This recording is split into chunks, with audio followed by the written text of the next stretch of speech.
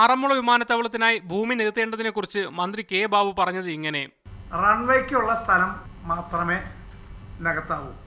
റൺവേയും അതല്ലെങ്കിൽ ഇവരുടെ ടെർമിനൽ ബിൽഡിംഗുമായി ബന്ധപ്പെട്ടതല്ലാതെ ഒരു ഇഞ്ച് ഭൂമി പോലും നികത്താൻ പാടില്ലെന്നുള്ള നിലപാടാണ് ഗവൺമെൻറ് ആദ്യം തൊട്ടേ ഈ ഗവൺമെൻറ് എടുത്തിട്ടുള്ളത്.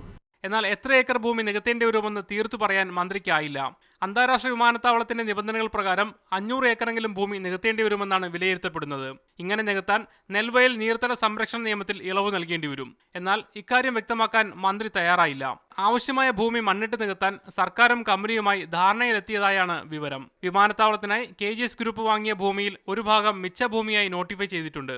ഇതിൽ ഇളവ് നൽകുമോ എന്ന കാര്യവും വ്യക്തമാക്കാൻ സർക്കാർ തയ്യാറായിട്ടില്ല. ഇക്കാര്യത്തിലും സർക്കാർ ഒളിച്ചു കളിക്കുകയാണെന്ന് ആരോപണമുണ്ട്. ജനപ്രതിനിധികളുടെ ആവശ്യപ്രകാരമാണ് യോഗം വിളിച്ചതെന്നാണ് തീരുമാനങ്ങൾ വിശദീകരിച്ച മന്ത്രി കെ ബാബു പറഞ്ഞത്. എന്നാൽ KGS ഗ്രൂപ്പിന്റെ ആവശ്യപ്രകാരമാണ് യോഗം വിളിച്ചതെന്നാണ് അറിയാൻ കഴിയുന്നത്.